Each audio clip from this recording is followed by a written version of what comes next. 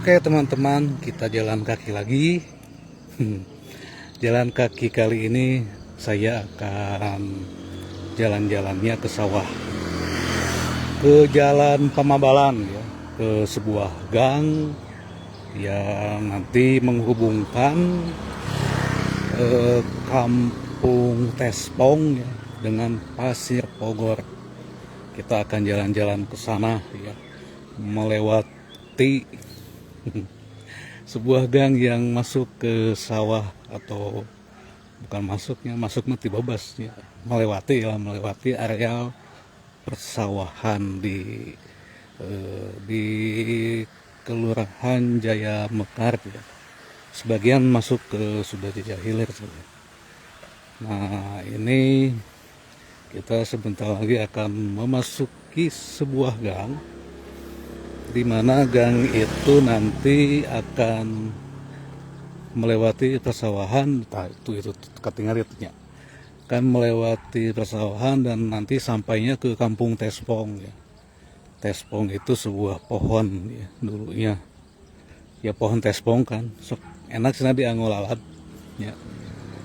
Nah, kita mulai memasuki gang yang nanti akan menyambung ya ke Kampung Tespong. Dan gang ini masa nama Galengan ya. Gang ini dijadikan Pamabalan ya, bahasa Sunda nama Pamabalan itu jalan alternatif ya bagi masyarakat yang ada di Kampung Tespong ketika mereka ingin ke sini ya, ke Pasir Pogor, kemudian ke Cibodas ya, menggunakan gang ini ya. Dan memang sudah bisa dilalui oleh sepeda motor. Nah, kita lihat ada ibu-ibu ya yang sedang panen, dibuat. Bu, dibuat Bu, mau jadi buat, tuh dibuat cenanya. Ada yang lewat, sebentar, dibuat. Yuk, Rahmat ya, Rahmat. Dibuat itu panen ya. Saya tidak terlalu tahu ya kenapa di bahasa Indonesia kan panen, ke Sunda jadi dibuat ya. Mungkin naon ya, kan kata dibuat itu dijieun ya, dijieun. Cuman untuk istilah-istilah atau istilah pertanian ya, itu memang banyak singkatannya juga ya. Ternyata siga ada singkatan, bukan banyak lah, siga tandur misalkan kan, tandur itu ternyata singkatan tan celebkeun mundur ya, tan celebkeun mundur. Nah begitu ya, tuh lumayan gangnya panjang ya, panjang. Ini ayah saung Pak Uus itu telepat mah ya, tapi ya tapi saung Pak Uusnya mana, oh itu asana kan iya duka tah, iya asana teh Pak Uus supaya di dia so ngadoniis. Ini gang yang melintasi persawahan. Saya tidak akan mengupas inilah tentang penamaan kampung dan jalan dulu ya. Bisi bosan ya. Ayeuna nama kita akan mengupas itu tuh. Ayat tangkal kalapa anu kabentar ku gelapnya. ku guludugnya katanya. Jadi paehnya.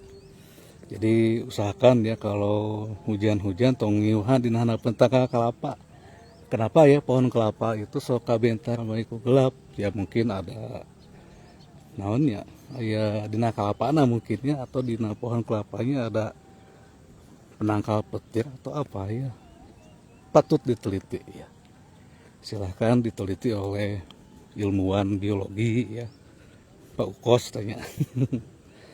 Nah ini cukup panjang jalannya ya, ternyata tak kapali dia mah tuh tos mulai di pelakan ku pabinihan ya, sawah teh sakedap di badai tandur atau badai musim cocok tanam. Dan biasanya sebelum musim cocok tanam itu si sawah itu jadi naon teh dicangkul dulu, kemudian diangler ya, dan mesti disiapkan itu artinya siga kieu tuh nya, jadi teu langsung dialungkeun diaurkeun si binih nate untuk itu ya. Tapi mungkin kalau dulu mah gitu tah, yang namanya tandur itu diaurkeun ya sebelum ditemukan teknik bercocok tanam yang lebih ideal atau lebih tepat gitu. Kang, hutan. Nah ini tuh paling dia mah terus ditanami ya. Sudah ditanami pohon-pohon padi ya. Ini cukup luas area persawahan di sini ya. Ada di Kelurahan Jaya Mekar dan sebagian yang sebelah sana Cikundul, kemudian yang sebelah utara itu kemungkinan sudah Jaya Hilir. Jadi masih luas ya. Masih luas dan lega ya Pangkus lega ya. Tuhnya indah pisan lah ya, gang lagi agung deh. Nanti mungkin kesini kalau sudah ada jalan mah bisa saja ya si lahan-lahan pertanian ini akan banyak dibeli atau mungkin didamalkan atau dialihfungsikan, mudah-mudahan tidak lah. Atau ikan ku garoknya supaya dikasih tanda ini supaya si padi yang ditanam teh jaraknya teh sama ya, jaraknya itu sama. Kalau tidak digaruk mah kadang-kadang si jaraknya teh sama dan hasil cocok tanamnya itu tidak rapi. Tuh, iya rapi kan tuh, karena ini mungkin digaruk dulu. Neng anaba bade sekolah neng tah tuhnya. Makanya si posisi padi itu jaraknya ya sama ya, karena memang ditandai dulu, dikasih tandu aya bancet aya bancet wifi bancet ya, bancet ditandai dulu supaya memang si jaraknya teh sama. Bukan mungkin karena ilmunya begitu ya, ilmu itu kan bisa didapat dari pengalaman petani. Mungkin ketika ditanam teu rata teh, ketika tumbuh teh ngewa gitu kan, lawan padempet itu kan mungkin akan membuat ruang gerak si padi itu atau pasokan unsur di dalam tanahnya ya. Kan lamun deket teh mah pabedol itu saling tarik zat yang dibutuhkan oleh padi ini. Kalau dekat mah mungkin hasil panennya pun akan tidak terlalu baik ya. Tapi dulu ya sekitar tahun 80-an saya masih ingat di kita itu dulu pernah ada semacam wabah, bukan wabah ya, hama ya. Hamanya itu ulat, itu di sadayana sawah itu ulat ya. Ulat teh ageng-ageng ya. Pas saat itu teh tahun 80 sampai 90-an ya, sekitar satu musim petani mengalami gagal panen dah sawahna ku hileud atuh. Nah, itu sebetulnya dulu mestinya memang diteliti ya, kenapa sekitar menjelang tahun 90-an lah itu tiba-tiba banyak ulat dalam waktu yang serentak. Serentaknya jadi henteu sakotak gitu. Jadi sadayana sawah nu aya di kota Sukabumi, bahkan mungkin di kabupaten juga itu diserang oleh ulat. Ulat ya. Ulat nu ageng-ageng teh seageng apa? Ieu tah naon? Telunjuk ya. Seageng telunjuk ya. Tapi ya mestinya diteliti lah hal-hal seperti itu ya. Jadi kalau saya sih ketika melihat itu karena waktu kecil malah mengingatkan saya pada peristiwa saat di Mesir kuno ya, waktu Nabi Musa melawan Firaun kan ada sebelum Nabi Musa melakukan eksodus dengan Bani Israel, Mesir itu kan diserang oleh berbagai tulah wabah ya, atau non ya tulah ya wabah. Salah satunya itu serangan belalang. Bisa dibayangkan ya, belalang itu menyerang lahan-lahan pertanian bangsa Mesir yang menyebabkan kehilangan pasokan pangan yang cukup serius itu. Nah, sama halnya ketika menjelang tahun 90-an di kota Sukabumi ini, bahkan mungkin di satu provinsi ini sawah-sawah itu diserang oleh ulat ya. Saya malah mengkoneksikannya itu dengan kejadian pada zaman Nabi Musa ya.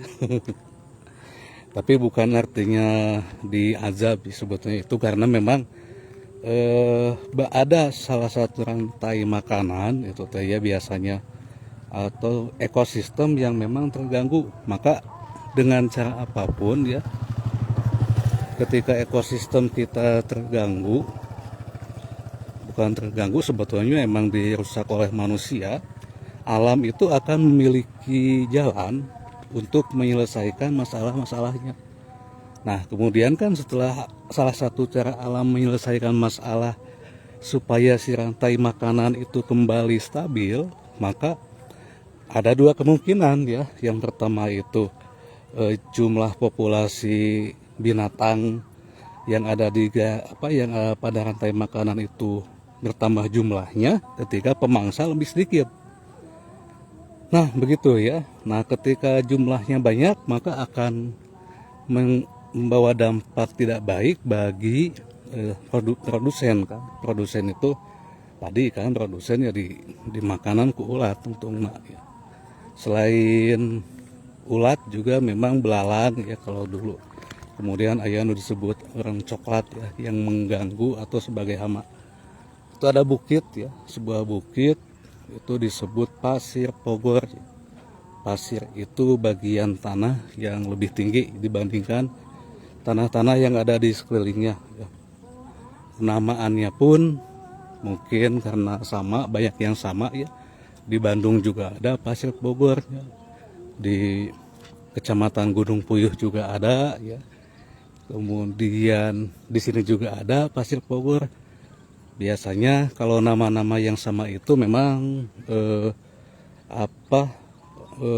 menduplikasi lah penamaannya itu. Meskipun mungkin di kampung ini ada istilah nama naonnya, kisah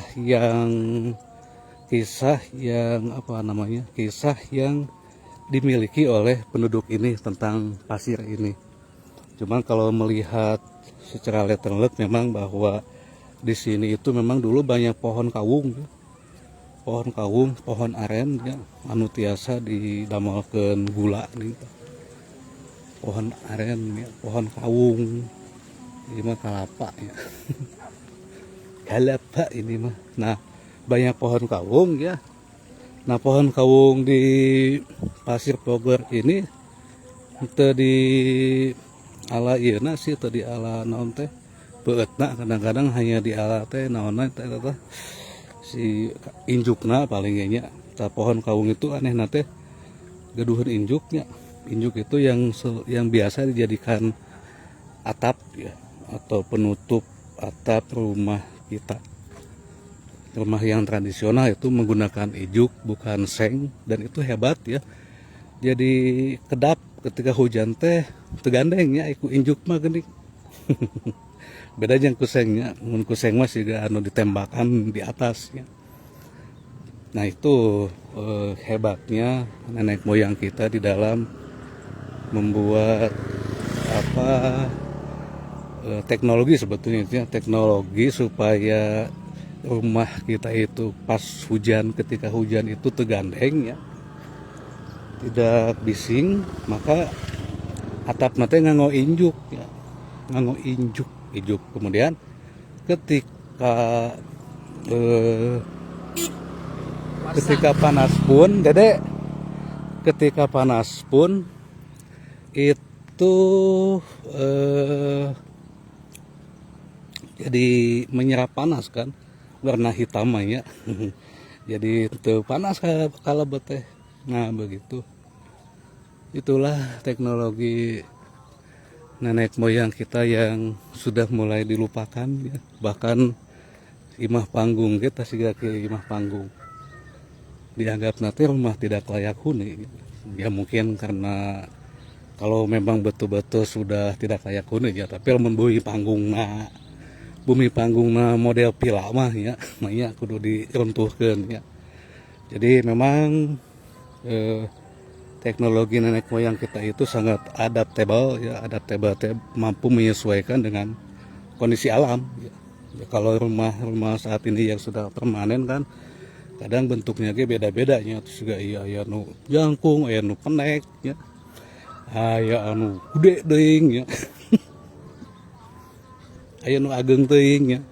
Nah kalau di Baduy kan sama ya, si rumah teh baik itu bentuknya maupun ukurannya, jenisnya pun sama. Nah itu sebetulnya konsep yang sangat modern ya.